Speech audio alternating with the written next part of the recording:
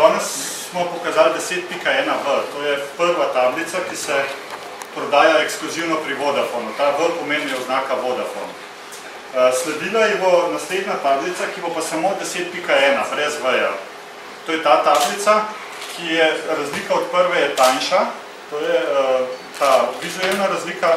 Druga razlika je pa pač v tem, da zaradi tega bo treba nekaj kompromise sprejeti. Kompromise so predvsem pri kameri. Kamera je slabša, je samo 3 megapiksle, nasproti 8 megapiksli in pa tudi kvaliteta zajema videa je samo HD, ni pa Full HD 1080p. To je tablica, ki jo pričakujemo čez približno 2 meseca na slovenskem trgu. Tudi in bo verjetno v dveh barvah, tako v črni in v beli izvedbi. Tudi pri tej tablici je bilo prej vprašanje, bo več verzij. Tle bo verjetno verzija 16 giga, 32 giga, 64 giga, verzija samo z Wi-Fi-jem, verzija z 3G-jem. Tako da potem, ko se ta matrika naredi, je lahko to kar 5-6 tablic in so cene lahko zelo različne. Druga zadeva je 8,9-inčna tablica, kot sem rekel, tablice bojo še manjše. 8,9 pride še kasneje, po specifikacijah pa je enaka 10-inčni tablici. Cena bo majčkeno cenej. Sprednja stran tablice nima nobenih hardverskih tip. Vse je narejeno na zaslonu, digitalno, to so te levo spodaj. Dostop do aplikacije po desnem zgornjem kotu, se pravi, tukaj pridemo v glavni menu. Aplikacije so tista stvar, ki bo v bistvu platformo potegnila naprej.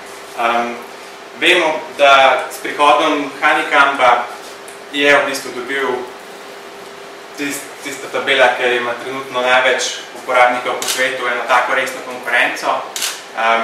Developerji se tega zavedamo, jaz zdaj nosim po 4 naprave skozi Ruzuku, se pravi 2 tabele pa še 2 telefona.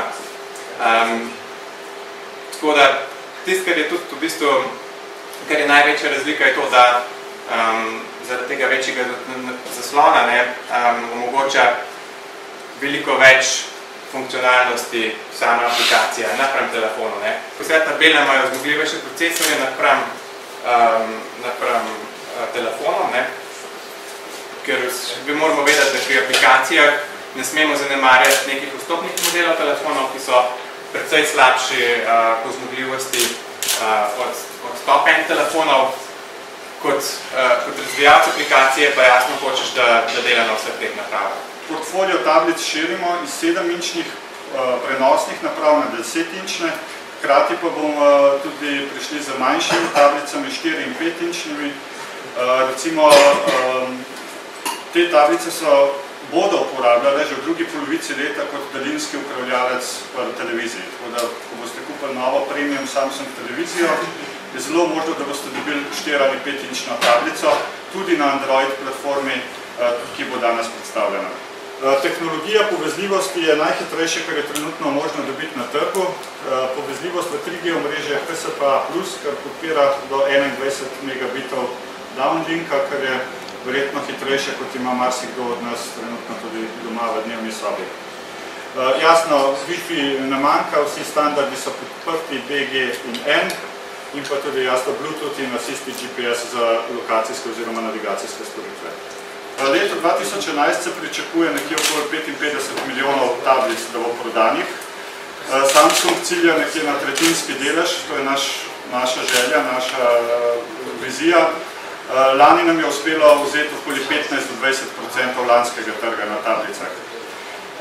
Res, da je to bilo samo za eno tablico, res, da smo prišli konc leta na trg in te odstotki, o kjer govorim, veljajo samo za tisto obdobje, ko smo bili tudi na trgu. V naslednjih letih se pričakuje izredna porast prodaje tabličnih računalnikov. Če se rekel 2011 okoli 55 milijonov, se že za leto 2014 pričakuje okoli 210 do 220 milijonov tablic svetovno gledano prodanih, kar pomeni, da vsa industrija se seli zelo v ta segment in vsi želimo biti prisotni, konkurenca je zmeraj večja. Kdo so kupci tablic? Zanimivo, da na prvem mestu so ljudje, ki hočejo novo igračo. Ko ljudi vprašate, zakaj so kupili tablico, kar 44% jih je odgovorili, da so to ljudje, ki želijo imeti novo igračo, novo napravo. To ni zamenjava ne za mobilni telefon, ne za kaj drugega. Na drugem mestu, nekje za okoli 34% so ljudje, ki so kupili tablico kot zamenjavo za notebook, pomeni za drugi računalnik. In na tretjem mestu je zelo zanimiv podatek, ki upamo, da bo čim več takih. To je 27% ljudi je rekel, da je tablico kupili za darilo. Tudi druge raziskave, ki smo jih delali, recimo v Avstriji, so je pokazali, da je tablica bila ena najbolj zaželenih daril okoli novega leta, sploh v moški populaciji in je izredno visoka.